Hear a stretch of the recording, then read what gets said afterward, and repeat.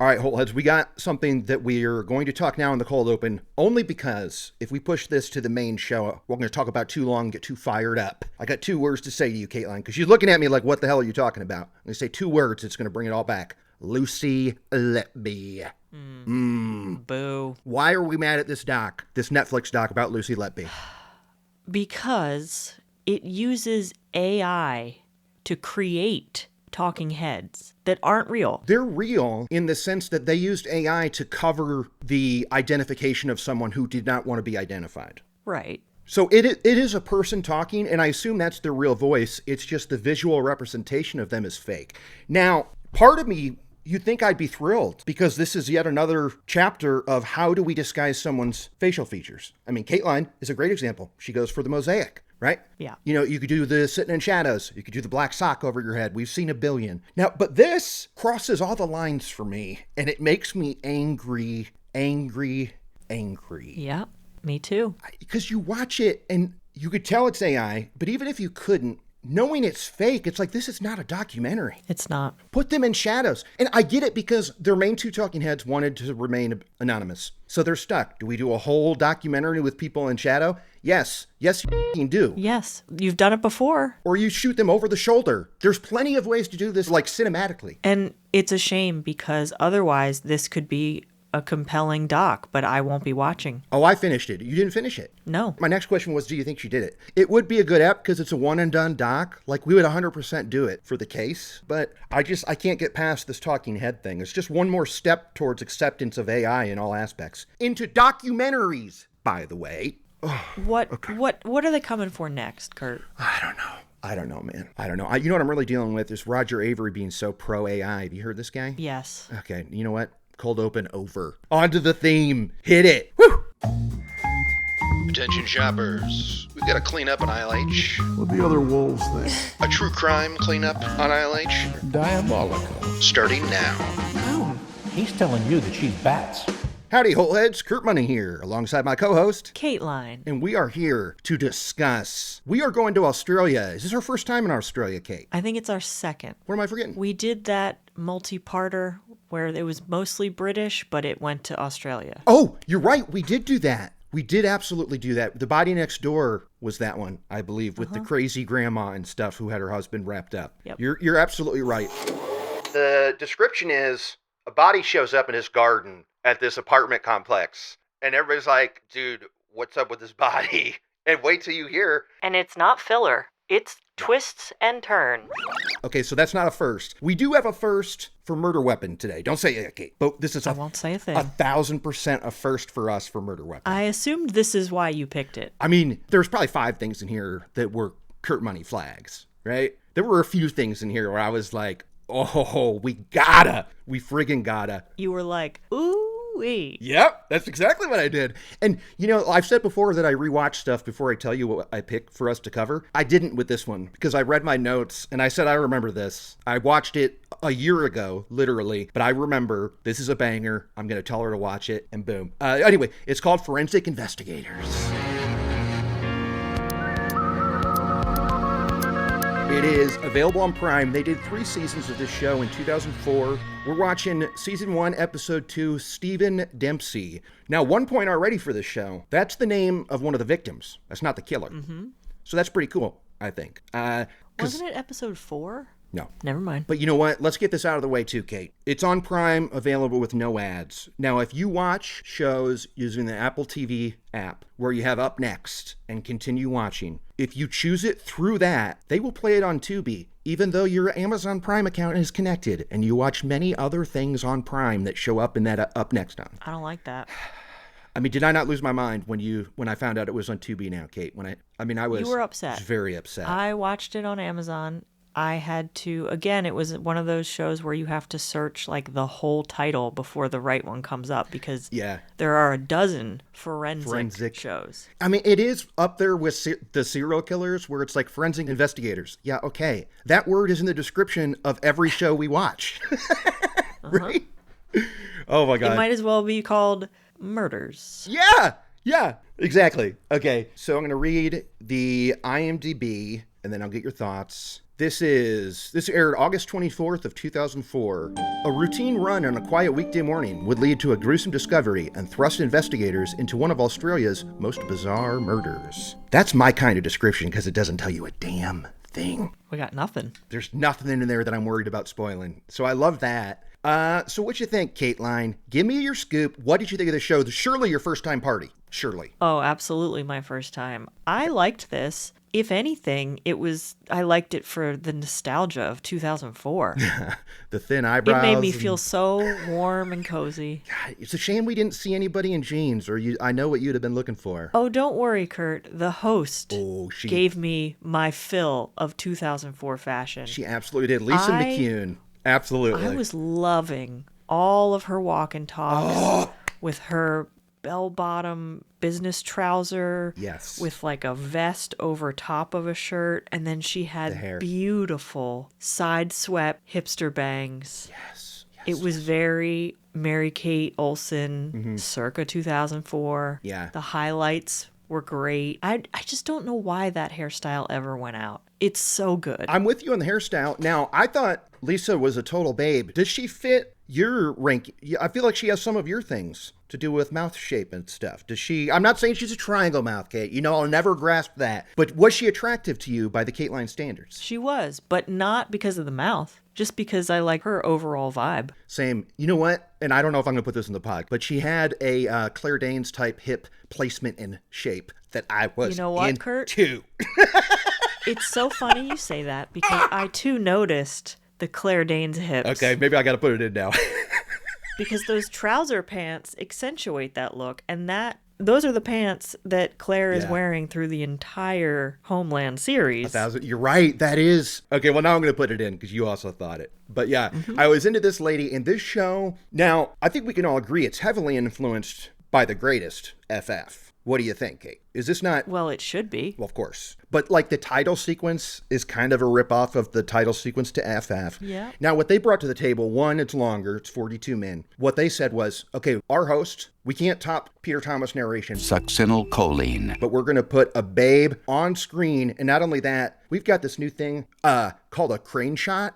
And we're going to deliver on that every chance we get. Every time she's walking, we're going to crane up or crane down. And she's walking around where they found the body and the cars and stuff. I watched all these a year ago, but I'm going to rewatch because I feel like they drop the amount of craneage pretty soon. Now, a few times they nail it. Well, she'll say the whole line and they sweep by her. She walks by the cam and it's like, you nailed it. Everybody, great job today. The forensic pathologist had also found possible clues to the killer's identity. But there's one where they cut halfway to an insert of her stationary staring at the cam finishing the line. I guarantee they did it like 3 times and they were like, F it, we're not going to get it, right? She's got to say the whole line from beginning to end to make these crane shots work. Yeah.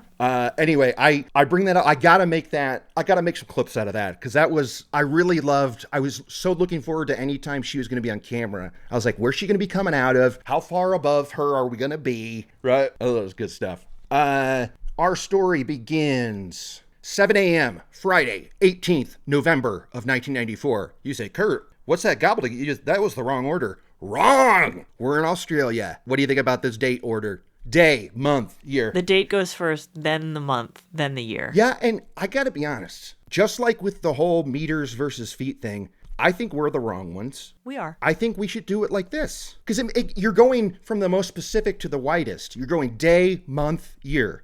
That makes logical sense. Think about month, day, year. That doesn't make any sense. And then what about when you see it written shorthand the way we do it, and it's like 15/5/26? Yes. Yeah. The only way I ever know it is if there's a number higher than months in that first one where I go, oh, this has got to be British or apparently Australian. But I personally love it. It's 7 a.m. A lady's going for a run, and this is Collaroy Plateau NSW. Now I know what that stands for. Do you, Kate? Is that the state? Well, it's New South Wales. And Collaroy Plateau is a suburb outside of Sydney. So we're basically talking Sydney area. But I was like, what does... So New South Wales is like a territory that Sydney is in, I guess. Sure. I mean, I was shocked when I looked up Coleroy Plateau and it said suburb. I didn't realize they were in that specific, right? I mean, anyway, so that's where we are. Runner finds a cab with a dead body in it. This is Eddie Bahman.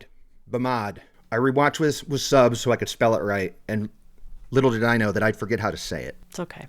But this poor guy, he is stabbed to death, crazy stab wounds. We find out he's married, father of 7 kids. And by the news footage, Kate, I feel like they all still lived with him. Oh, yeah. And they all looked exactly like him. Yeah. And we hear this unbelievably sad interview with one of the sons who was talking about how I had these awards for math and electronics class. God, I wanted to know more about that electronics. I was waiting this morning till my dad comes home. Yesterday I got 2 awards coming, first in maths and first in electronics. He wanted to see this, but now he's gone. Very sad, right? It is. You're kind of doing a cosplay of that guy because you got a white turtleneck on. Now, yours does not say Fila super big. No, I wish. Yeah. That'd be awesome. Did you see, anytime they talked to this family, in the background had to be like a uncle or maybe like the oldest son in a very busy, like silk shirt, bright, and like smoking a cig. Did you ever see this guy? I don't think I clocked that, but that sounds hilarious. I'm going to hit you with 2 shots. Oh, I did see that guy. Always smoking a stick. He's always smoking back there. And then here's the second time. I guess I thought that guy was like a coworker or like a different relative. I didn't think that he would be a son. Oh, well, I said uncle or maybe oldest son. He's a member of the family for sure. They all look the same. Yeah. That one right there with his brother is real sad because he's like, he liked to grow vegetables. Like, there's no reason to kill this guy. Yeah, of course. He's just a cab driver trying to get home to his garden and all of his kids. He never harm anybody, you know, all what he does believe, growing veggies. All what he doesn't have enemies, all people loves him. Yeah, the last they had heard from him was 10 p.m., and he's got numerous wounds to arms and hands trying to defend himself. The police are looking for evidence around the car. And what else do they do very British like when they're searching woods and stuff? Get people lined up in blue bodysuits, and it's like you're blocking every inch of the ground and you're walking in a line, right? It's the smartest way to do it. Boom. They're like combing it. I think it works because what did they find here? The knife? No, they found a key tag. And you might be going, American listeners might be going, key tag? What's that? Keychain.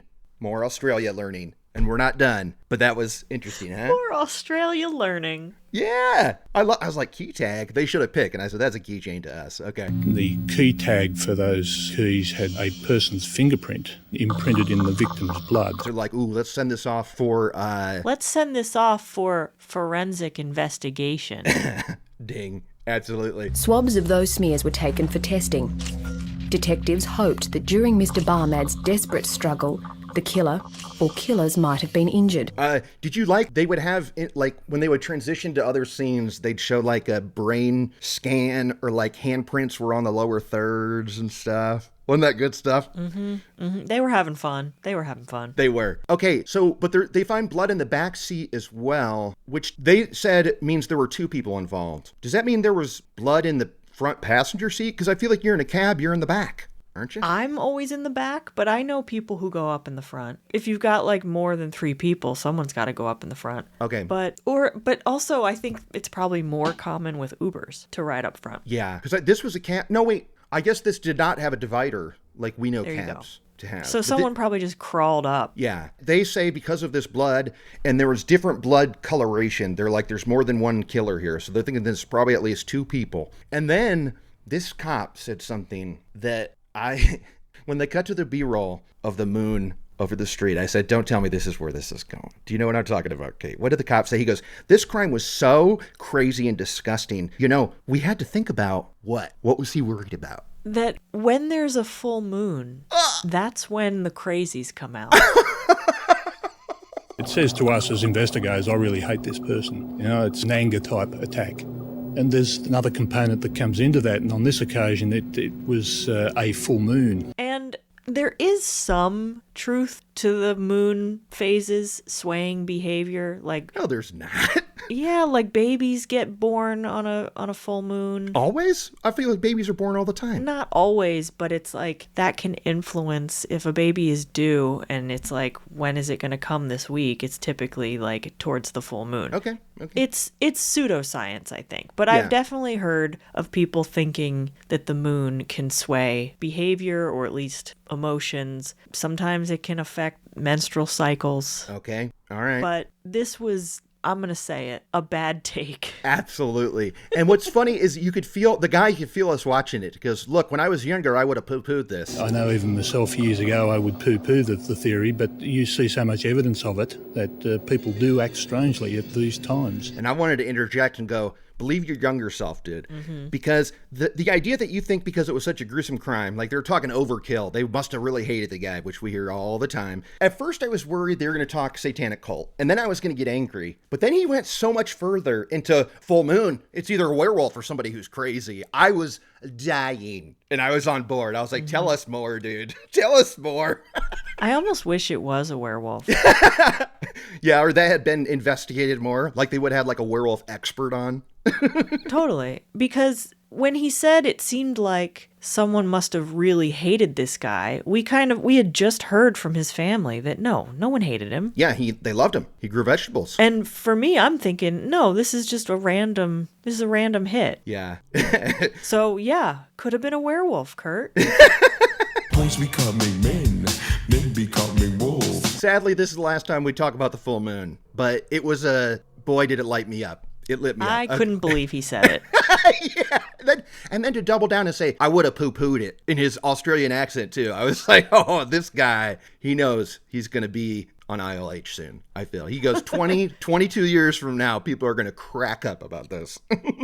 So a month later, that was in November. Month later, December 21st, 21st December, 1994, another grisly murder. They find a torso wrapped in bubble wrap and wire with like a rock strapped to his back. And now, what do they do here that's very FF of them? What do they do, Kate? They don't blur it. Not an inch. We see this torso from so many different angles, close up, wide, side, top, bottom. Now, shows today would still blur it because they're wimps and stuff, but you get why they didn't blur it here, because it didn't look like a torso. It looked like the torso of the Shape of Water guy, did it not? Did not look like scales. It did, and that was because of the bubble wrap and the netting over it creating that scale impression. But it did just look like, for lack of a better term, like a slab of like meat from the butcher. Yeah. Oh, we're going to discuss butcher soon, Kate, but we don't call it butcher in Australia. Don't you worry about that. Oh. Okay. We call it something else, and if you don't know, don't say it. Don't say it. Australian learning. Here we go.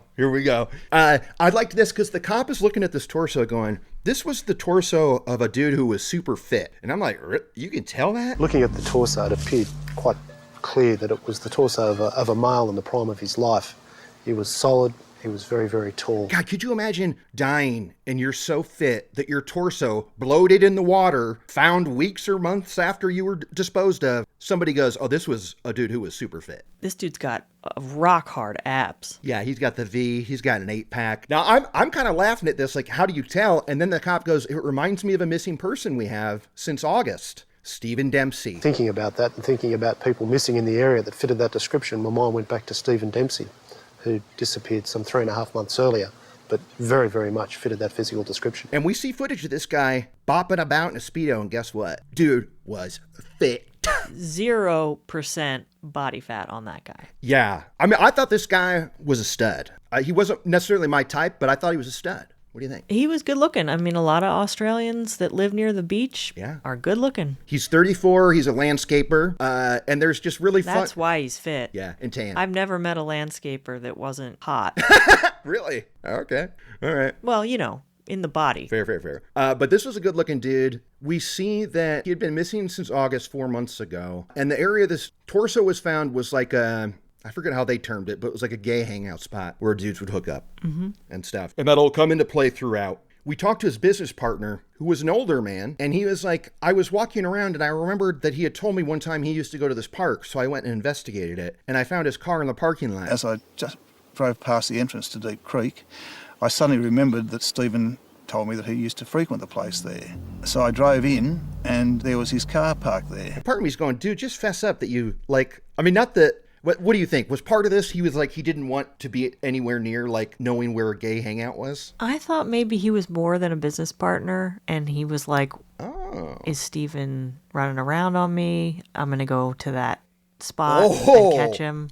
Kate, I like that. I like that angle. That's probably it. He was like jealous, older lover, like, I know what he's doing. Mm-hmm. That's a good angle. I like that better than him being ashamed or whatever. It's just, he's ashamed because he's like a jealous dude. So they look in his car, they see a newspaper, they see a book upside down and some food like from a gas station, and the date was the day that he went missing, like August 8th, August 2nd. And did you clock that book, Kate? No. I sure did. I saw the book he'd been reading the last time I saw him lying page down on the passenger seat. It was, I'm going to say this now, because I took a freeze frame, flipped it, zoomed in. Anne Rice, Queen of the Damned, okay? It had come out in 88. Now, sadly, Stephen Dempsey died before it could be adapted into a film starring Aaliyah and Stuart Townsend. Who sadly died. Who also died, but I'll tell you this. I've seen Queen of the Damned, the movie, and it's such dog shit. So, Stephen Dempsey, rest easy, rest in power upstairs, knowing that you didn't miss anything. The movie really sucked. It was about a vampire who became a rock star and stuff. And it's real bad, okay? Had enough of this discussion.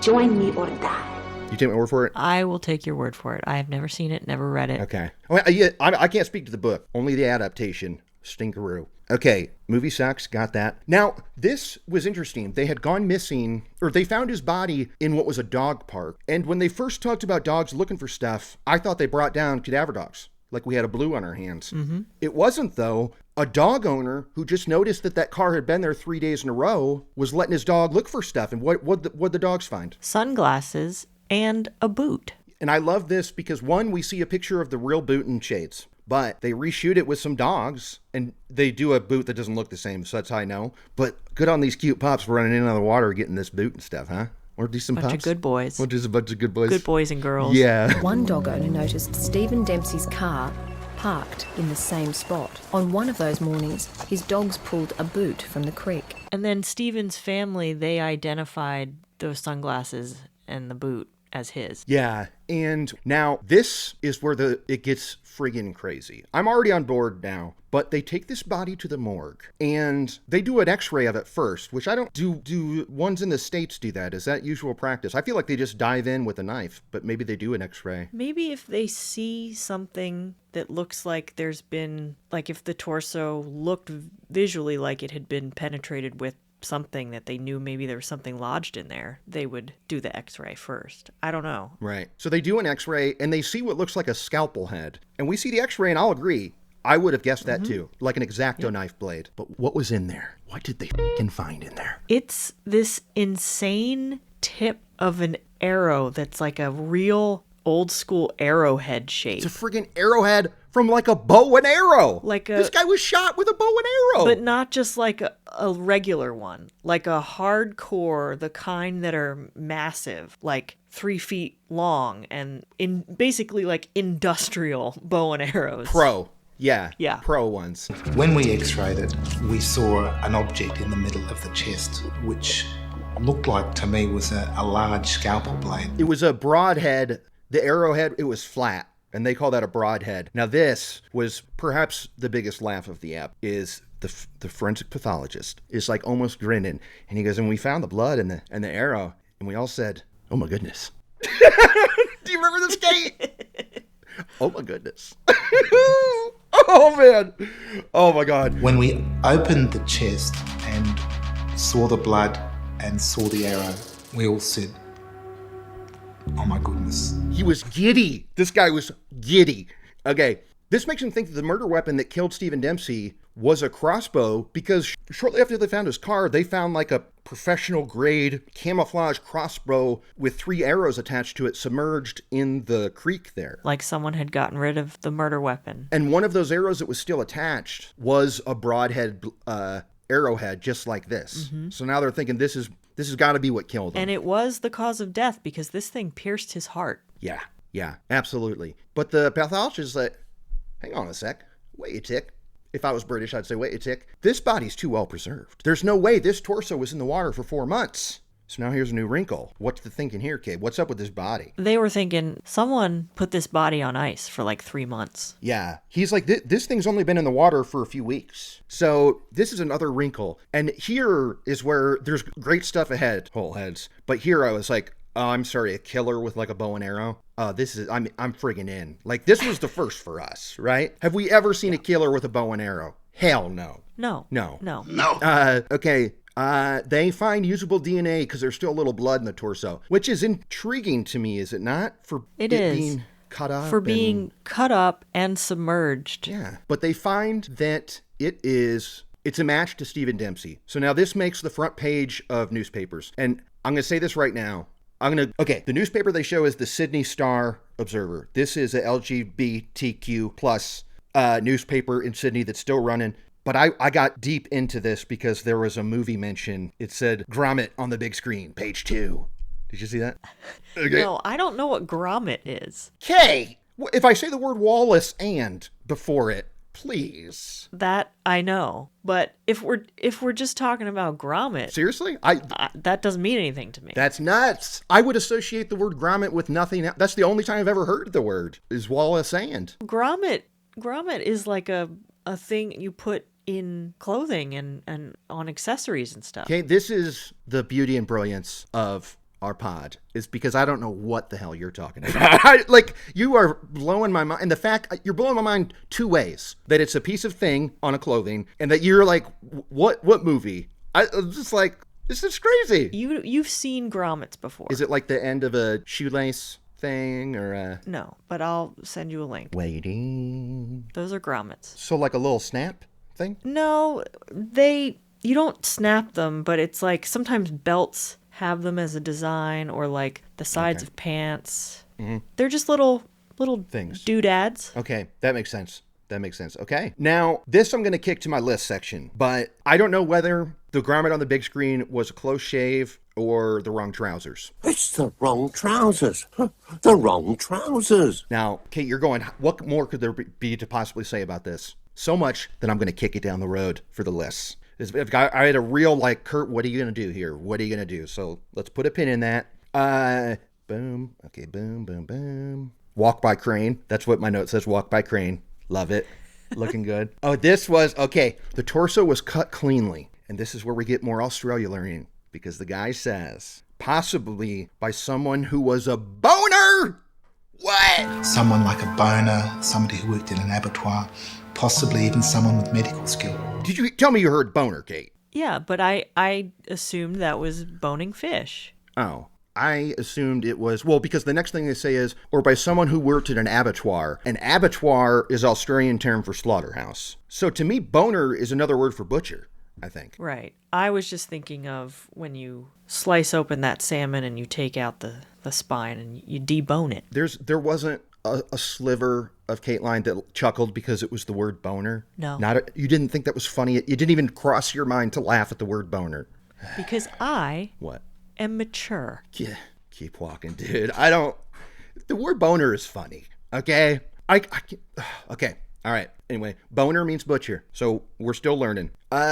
This was cool. This was freaking cool. This is where the forensic investigators really earn their title. They study this crossbow, and one, it was like it had to be pulled really tight. This suggested that the person had it was fairly solid. It was fairly strong. But because of the distance, when you're extending the bow and stuff, they can guess the height of the person who shot it. This was some math. I liked this. This was very cool. And they figured out that because of all that, this guy had to be about 5'9" to 5'10". Yeah, that's pretty cool. You could make a measurement between the bow handle and where the string's position was when it was fully strung. And that would give you the length between a person's wrist and their shoulder. Okay, and then something else was said right there, but we'll wait till later to see if anybody caught that. Then another piece. A young man comes forward and he says, hey, friend and I were walking through the woods and we passed a dude in a leather jacket and a crossbow. And when we walk past him, we hear him cock the crossbow. We look back, he's got this thing pointed at us. Yeah, this is terrifying. Absolutely terrifying. Yeah. They split.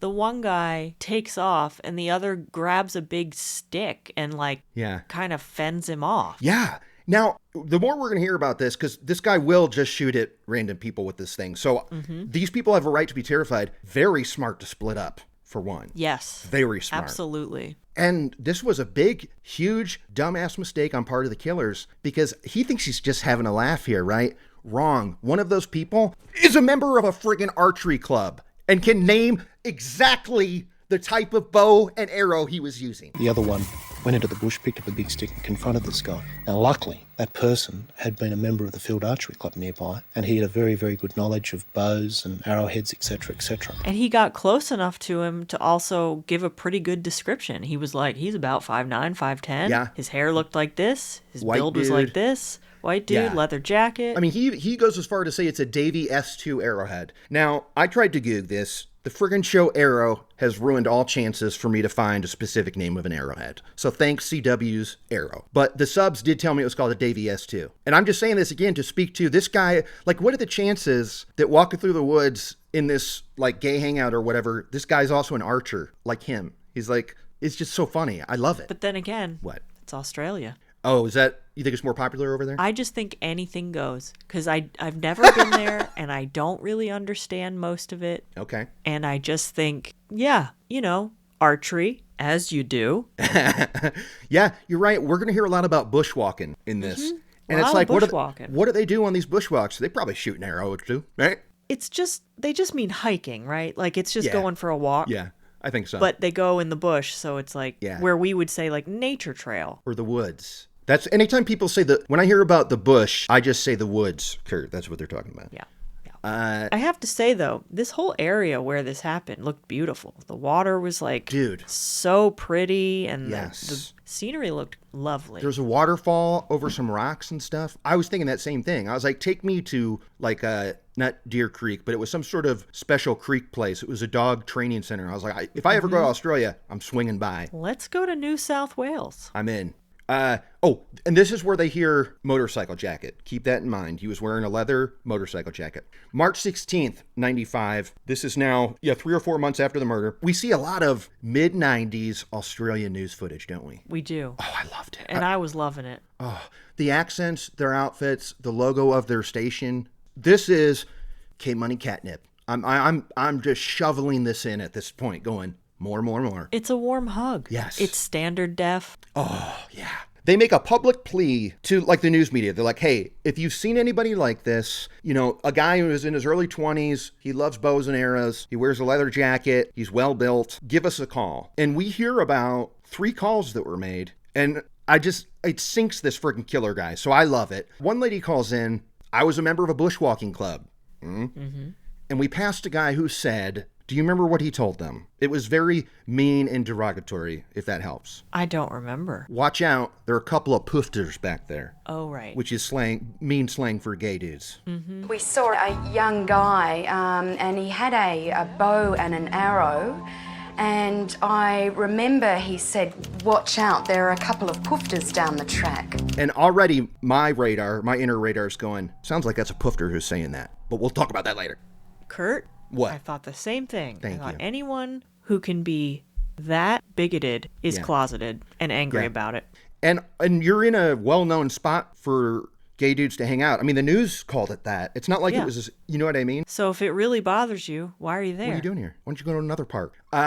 Next call, somebody says, yeah, same description. I saw a guy, that description, hunting fish. Okay. Now the third call, this is where I'm even more terrified than the guys who split up and ran away. Yes. Tell us about this dude in the kayak. This guy is in that same area. He's kayaking in the water. Yep. And all of a sudden, he sees this dude with a bow and arrow come out of the bush. And he's like, okay, that's weird. And then the guy shoots an arrow at him. And it's like right in front of his boat. But he's like, oh, God, this guy is trying to hit me. And he keeps shooting at him. So he's paddling as fast as he can to get away from him. And this guy's running down the shore after him. Yeah. There's nowhere to go. No, he didn't say anything. He continued to follow me. He was going through the bush at quite a rate of knots, so I was paddling as hard as I could, but he seemed intent on keeping up with me. Has that guy ever paddled faster in his life? No. I don't think so. No. I mean, I'm trying to think what I would do. I mean, that's the only option, but that is terrifying because he even pointed out he could tell it was a fancy crossbow because it had like pulleys and levers on the ends. It's not like like just a bent stick. Nope. He was like, this guy's for this real. This is an industrial strength. Yeah. crossbow. Yeah, so that's good. This is confirming they're getting a better picture of this psycho. Now, out of the hundreds of calls they got, 5 calls mention the same guy, Richard Leonard. Out of the hundreds of calls police received, 5 mentioned one person. 22-year-old Richard Leonard. Okay, here's what we know about Richard Leonard. 22, had a camo crossbow, rode a motorcycle, worked at an abattoir. Okay, this is sounding like our guy. Uh-huh. Or as the cop said, we were cooking with gas, so to speak. Yes, you were, sir. Cooking with gas. We displayed the idiosyncrasies that we thought we were looking for with our man. We were cooking with gas, so to speak. So they plugged this name into their system for previous convictions. Like, let's see what we're working with. This is interesting. They find that one night, he and his girlfriend were admitted to the hospital with a knife wound, like his lungs had been punctured or something. Like we see a picture of him with no shirt on. Punctured wound here. And first he says, we were attacked by a gang by a fountain. And then they go, you know what? Actually, that's not what happened. My girl and I, we were getting up to some BDSM. We're just a couple of kinks over here. We were just partying. Uh-huh. And the cops don't buy that either, but they take a note down, and we see the note of them taking this down. Now, this is the scariest part. It was a painful thing for the doctors to have to do, to dig into his lung to fix this. And this is a point where you go under and you come to all better. But what was Richard Leonard's request? He didn't want to go under. He didn't want any anesthesia. He said, just do it. Reach in there and do it. He quote, wanted to revel in the feeling. It's a very painful process, apparently, and he refused painkillers and wanted to revel in the experience. That does support the BDSM thing that they're into. They're into pain. You know what? Not bad. So what if he didn't like it and he did it just to support their alibi? Totally. Maybe. But that to me, this is not against the BDSM crowd. I'm talking about getting surgery done in a situation like this. If you make that request, I'm red flagging you if I'm the cops. Yes. What do you think, Kate? What do you think? Is that fair? I think so. I'm also surprised that that's even a request one can make. Yeah, that they're allowed to do it. Because that could potentially hurt the procedure. If you're not numbed up and you feel it and you squirm and all of a sudden you cut an artery. Yeah, you're right. Good call. And I just want to clarify, just to again say, I'm not against BDSM, but I don't think it's good to be sexually aroused while someone's operating on you. That's why I think it's a psycho move to be like, no, keep me awake. I want eye contact with you while you go in. Yeah, that's also potentially sexual harassment, I think. Okay. And this all adds to the picture of the person we're looking at as being somewhat different to your normal and quite strange. Now they look at the records, surely because they're like, what? The psycho wanted to be, let's see proof of this. And we see it, and what's the friggin' date? But 18th of November, 1994 at 5 a.m., which is the day that our cabbie, father of 7, was found dead. The date Richard Leonard was admitted to St Vincent's was the 18th of November 1994, the same day as Eddie Bahman, the taxi driver, was found dead in his cab. So 2 hours before the runner found the body, these two were in the hospital. It's crazy. So this is sounding like our friggin' guy. This was weird. This was weird as hell. They go to his house to interview him, and what we're going to talk about is how chill he was. He was super, super chill, taking everything in stride. Do you remember when they showed 2 flashes of 2 crime books from the same series? No. I think I took a shot of it. Hang on. Hit me. Here it is. Boom. There were 2 different shots of this, and they didn't say these books were found on his premises. Huh. It makes me want to go back and look at all the lower thirds. Like, is the author of those books interviewed in this episode? I'm telling you, it was they show 2 of those flashes. Do you remember? You got the pic, right? I got it. I'm looking at it. It's weird. It's weird, and those books are weird. Well, I mean, I own books like that, absolutely. Full disclosure. I absolutely own a ton of books like that. So the books aren't that weird. You do. Yeah. You do. But you do. I was ready for them to talk about, I was waiting for, which FF is guilty of too, talk about horror movies they owned and stuff. And believe me, my arms were getting in the cross position to judge. He played a lot of video games. Yeah. Yeah, okay. But they just show these books and that's it. So, I mean, I don't know what it means. It maybe kind of want to read those books. But anyway, okay, this was interesting. He's cool as can be. They say, you know what? Will you come downtown with us? He says, yeah, sure thing. Let me just throw my shoes on. And they described this. Do you remember this? This was so specific to explain how cool as a cucumber he was. He goes, and he laced up his 32 lace Doc Martens very carefully. Like, pull, loop, cross, tie, pull, loop, 32 times. I guess. Now, look, I have my winter boots are kind of like that. And I've had boots where you have to do the cross thing. I hate them. They take forever to put on. I'm always grateful when they're on, but I don't want to put them on when I'm just going out to like pick up more chips and cheese and stuff, or like a hut run. No. That's what Crocs are for. I mean, even in winter though, Crocs can be trouble, and I've got to force myself to throw these boots on. It's a pain in the ass. So I get what they mean when they're like, he sat there and laced them up. Like that takes a few minutes, right? Yeah. I think very, very calmly laced about a 32 lace Doc Marten boot. Put both of them on. Took all the time in the world. We see the interview footage of him once they take him downtown, and he's still cool as a cucumber. So chill. And we see footage of him being interrogated, and later they take him on a tour of the crime scene. And everything asked of him is just the cops going, hey, remember when I asked you something off camera and you agreed? Do you remember that? Yes. And he goes, yeah. Yes, that's correct. That's correct. That's what each question was, just confirming things he said off camera. Do you agree you told me you did not wish to say anything in terms of that matter? Yes, that is correct. Do you agree in other conversations we've had, you told me that you once had a bow and arrow when you were living at Excelsior Street, Colorado Plateau? Yes, that is correct. Being a cop in Australia seems very, very chill. Yeah. The interrogation was nothing like the kinds that we see in the U.S. None. There was no inching the chair closer, putting the hand on the knee. There was no coercion. Yeah. They're just talking casually. Yeah, and like matter-of-factly. And then you did this, right? And you said you did that. Yep. Yeah. It's and then you killed them. But it is so nice, like, I see it in British interrogations, too. Just such politeness and stuff. Mm-hmm. I mean, I think we even called this out in that Body Next Door doc, where they're so chill, because everything he agrees to, he's like, yes, I did that, I did this. But the one thing, he goes, yeah, that's my leather jacket, that's my this. But the one thing he won't budge on is, he goes, I've never shot a broadhead arrow. I only shoot bodkins. I wrote it down. Yep. Is it Bodkin, which is a Netflix show I've thought about watching, but then I read it involves podcasters and I never press play. Same. What do you think? I knew it. I have hovered over that show many a time and thought, you know what? Life's too short. Yeah, absolutely. Something about it. I see podcaster description and I'm like, I'm out. I'm friggin' out. Okay, also the police station was called Manly Police Station. That's fun. Okay, yeah, Bodkin Arrowhead, that's all. It's like a 3-pointer thing. Now, cops... And he insists, like, that's my MO. I use bodkins. I don't use those... Broadheads. And they're like, The cops say, sure. Why don't you go on home? We're going to go to your old residences. Because something tells me you did something stupid, Leonard. And what do they find at one of the houses he lived at? What's in the backyard? And what did they decide to look for? Was this the tree? Sure was. It was the apple tree. So they learn that at one of his old residences, he would do target practice with his bow and arrow on this tree. And wouldn't you know, Kurt, embedded in the bark are some of the old arrows. They find. And they're all an exact match for the one that killed Stephen. The exact match. So he does shoot broadhead arrows. Now, this is, again, sometimes we give pro tips to criminals after the fact when they can't use it. But this is now the third time where they've gone to an old tree way before the crime and found the murder weapon, like the bullet or something in a tree. And it's like, dudes, you were screwed 5 years ago when you're doing target practice out in your backyard.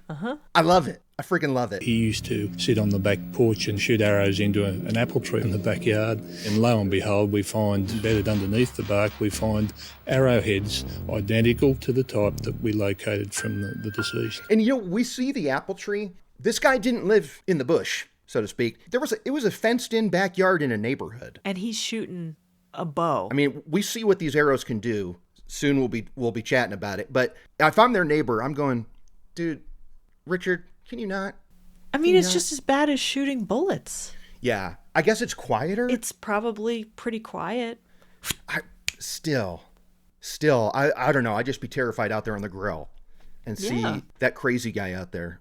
Or if you have any animals, which we learn later. Oh! He didn't like animals. We're going to say that when we do and move on from it because it's pretty friggin' dark. Yeah. But absolutely, Kate. Absolutely. Okay. They let him go home, but they take a blood sample. Oh, here, another example of them being super polite is on the footage. He goes, so what's up? After this, do I have to find my own way home or can I get a lift? And the cops very coolly say, you'll get a lift. They're going to take him home. Make sure he gets home safe. Okay. Okay. Cops here would never. No, hell no. Hell no. Do I have to find my own way home, or can I get a lift or something? You feel this? Okay, they let him go home but take a blood sample. They're testing this in multiple ways, right? First test comes back, match to Stephen Dempsey. Second blood test comes back, match 2. The night before they're waiting for the third match, they get a call from a local church. Who's at this church ready to confess? Richard. Richard Leonard called us up, said that he was the Christian City Church at Sydenham Road, Brookvale, and he wanted to speak to us, and he was with his girlfriend. Richard and his girlfriend. They're at this, they want the cops to come get him because they're ready. So the cops show up, they've got a Bible in each hand, and Richard looks a little different. What's his look now? He shaved his head. Yeah, to cleanse himself of his sins and stuff. Sure. He'd shaved his head during the night as some cleansing process relative to, confessing all sins. What a play on their part, huh? They're like, you know what? They've got us dead to rights. I know. We'll find God and stuff. This will help us in the sentencing. Last-ditch effort to find Jesus. Oh, God. So annoying. Okay, so they arrest him. Cleansing ritual. Ugh. So he admits, frustrations continue. He admits to killing cab driver, and we're going to hear the whole scoop of why and how that went down.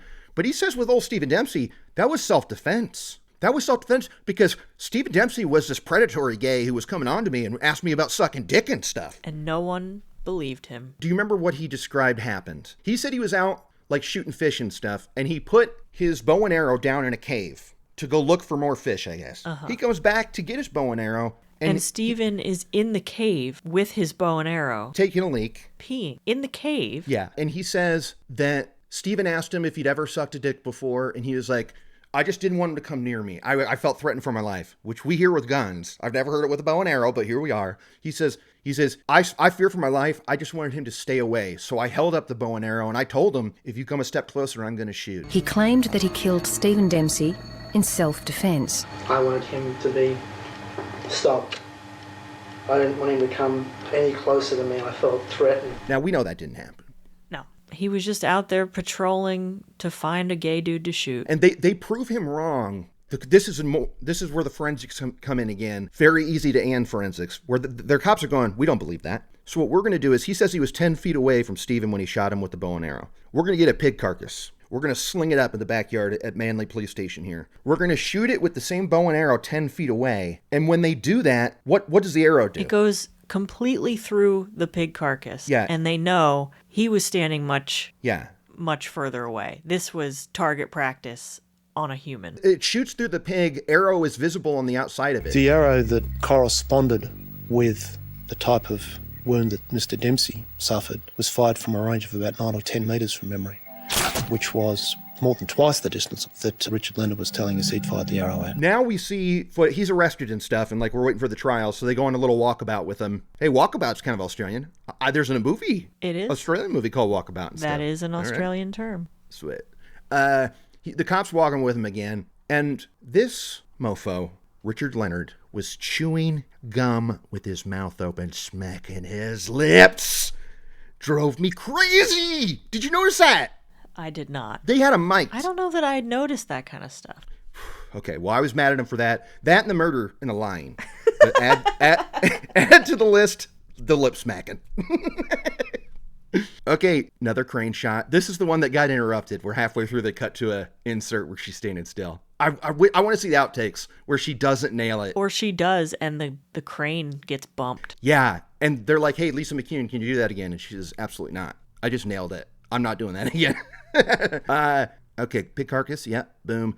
Now, they do not allow the pig test in court. It's not scientific enough. Fine, right? Like, it's, a pig carcass is similar to a dead body, but I guess it's not similar enough to be evidence. The pig test wasn't allowed in court, but the jury did get to hear a taped conversation that showed Leonard wasn't threatened by Dempsey's homosexuality, as he had claimed. But the cops aren't sweating this, because they got something else in their hands. A little recording that was the icing on the cake of why I picked this app, okay? Because his whole thing is, this guy, he wanted to, do stuff to me, and I didn't want to do anything to him. I'm so hetero, I can't stand it. And yet in trial, we hear a tape, and they play it. What's this phone call? They had a recording of Richard Leonard calling into a brothel and applying for a job. Oh, yes. Okay. He wanted to be a male sex worker. And we're hearing this is not an actor. It's No. the same voice as in the investigation tapes. He's saying, I'm 21, I'm 5'9",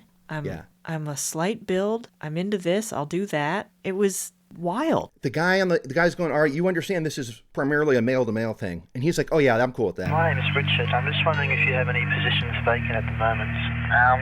Yeah, we're always looking for people. Do you realise it's male to male, most of our work? I do realise, yes. Now, I want to roast him here for a sec, because he says, I'm round about 5'10", which tells me he's 5'9", if. Uh-huh. Yep. What do you look like? Okay, I'm around about 5'10". And then he says, I'm round about 6 inches, which tells me he's not. Nope. He's under. 4. Yeah. 4. Right. Around about a 6-inch cock. What else could I tell you? But this guy, they said, hey, come on in for an interview. But hearing him describe and like lie about the size of his dong and his height and stuff, like he's clearly down to party and stuff, which is obviously okay. But this was like, this guy's screwed. I couldn't believe they had this recording. It was amazing. Yeah, very cool. And, another question. Smooth or hairy? Are you smooth or hairy? Smooth. Right. I liked these cues they were hitting him with. Smooth. I'm smooth. I mean, he was 21 years old. Yeah, that's true. Later, the newspaper's going to call him Babyface. And I'd say... He was not Babyface. He's not Babyface. He's just young. He might have been young. Yeah. His face didn't look young.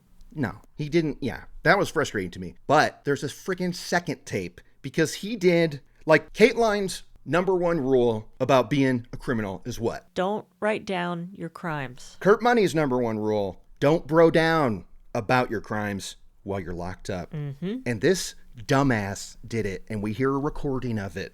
Classic up here. It's funny, he copped the arrow, went straight in his heart.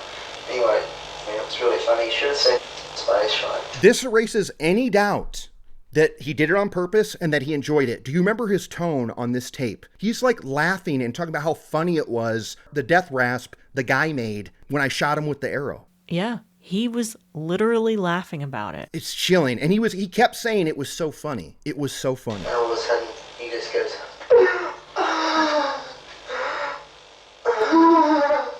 He starts making this like a death noise sort of thing. You can't believe that's happening. It's so funny. Okay, yeah, so this guy sucks. And I just love the cops are like, oh, forget the pig test. We've got 2 tapes. We don't even need the prosecutor. Prosecutor, do you want to set this one out? Let's just play these 2 tapes for the jury. Totally. And wrap it up today. Okay, so now he goes to the stand, of course. Classic move. But we hear the description of what happened. So he killed Stephen Dempsey, pulled his body into the water, went to his mom's birthday party. Fun little detail. Goes back there at nighttime. Brings his knife. Now, this knife he was damn proud of. And yet again, more proof of, I just want to cut this guy with it. Do you remember how he's talking about how expensive the knife was and how he'd sharpen it all the time? He really spends a hot minute going, this is a $90 knife, dude. This was a $90 knife. Wow. Yeah. Was my favourite knife. Mm-hmm. And it actually cost me $90, that knife. And if you could get a tomato and slice it like a razor blade, it was really good. So he's talking about how he's an abattoir, a.k.a. a boner. Kurt's chuckling. Kate's going, yeah, continue, bone and fish. Okay, don't care.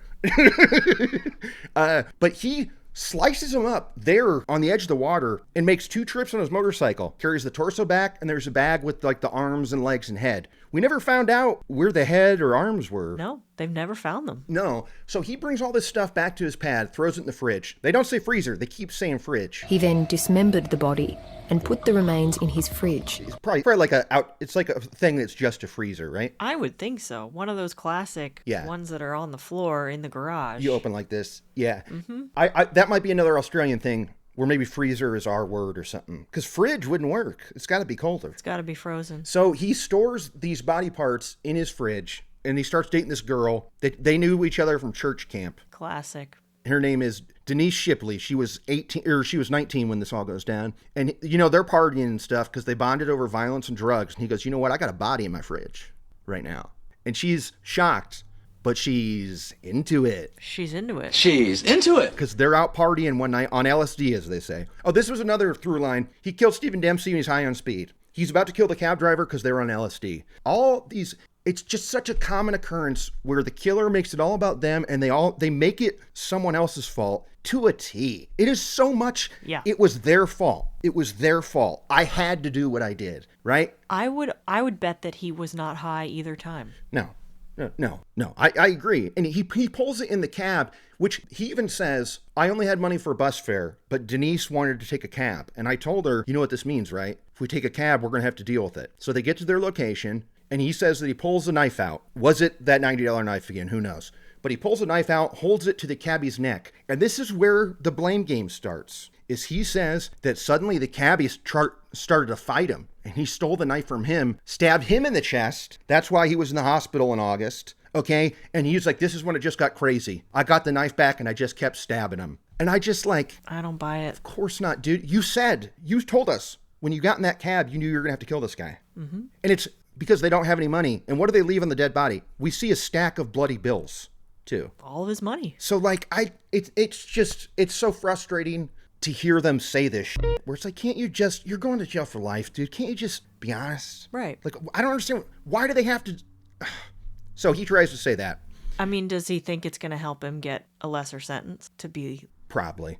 Make it seem like it wasn't just cold-blooded, even though it was? Yeah. I mean, yeah. I guess then my dream is when he's locked up and after he hears the tapes they have, is he goes, okay, listen, I did it all on purpose or something. I want that and I'll never get it from them. That's why they're psychopaths and stuff. And that'll just be something I got to deal with. But what's interesting is, so he gets stabbed. They go to the hospital. They get out, and they know they just killed this guy that's going to be found soon. He thinks, okay, there's going to be questions. We got to get rid of this frozen body at my house. So this is when he takes the torso and stuff back to the creek and dumps it in. Leonard and Shipley have returned home and realised that there could be some activity relative to the police, and they've then decided to discard Mr. Dempsey's remains.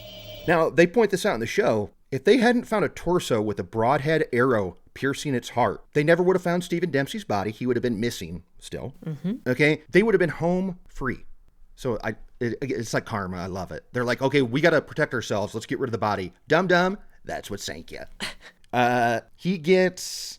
Oh, and tell us about the kittens, Kate. He talks about growing up with his grandma. This, I felt like, was just as bad as the rest of the stuff. Yeah. And it was kind of a footnote at the end. Yeah. So he's been a psycho his entire life, because even as a kid growing up with his grandmother, just for fun, he would mutilate cats. He would chop their ears off and their tails off. Yeah. And the part that made me the most angry was when they said when he ran out of cats, his grandmother would buy him more kittens to mutilate. They do. They say this. So his grandmother, I assume, was dead at this point, because if not, she should have been arrested for animal brutality. Yes. When he ran out of kittens to mutilate, his grandmother would just buy him more. She better have been dead, because I'm with you, Kate. Next up, Grandma. Because that's some scary, scary I mean, we know his mom's still alive because there was a party. And what really made this so gruesome and awful is they show a picture of him young with a little kitten posing, smiling. Like he's about to kill it. Well, yeah, I mean, out of context, it looks like, oh, this is when he got his pet kitten. And it's like, no, this is a cat that he, right after this picture was taken, cut the ears and tail off. Whew. And then said, Gam, I need more. And she said, sure, honey, I'll get you some more. Okay. He gets life. We see a shot of him in prison at the time of this taping, like 10 years after the trial. He doesn't look so baby-faced anymore. He looks like a fat slob with a little mustache and stuff. Gross. His girlfriend, Denise Shipley, got 3 to 8 years. She probably did 2 or something. Because she was an accessory after the fact to both. I mean, one could argue with the cabbie. She was there potentially. She was a full-on accomplice. Yeah, so maybe she could have gotten a little bit more time for that one. But yeah, so that brings us to the end of this bad boy. Kate, what do you got? Kate's unnamed list. I don't have anything.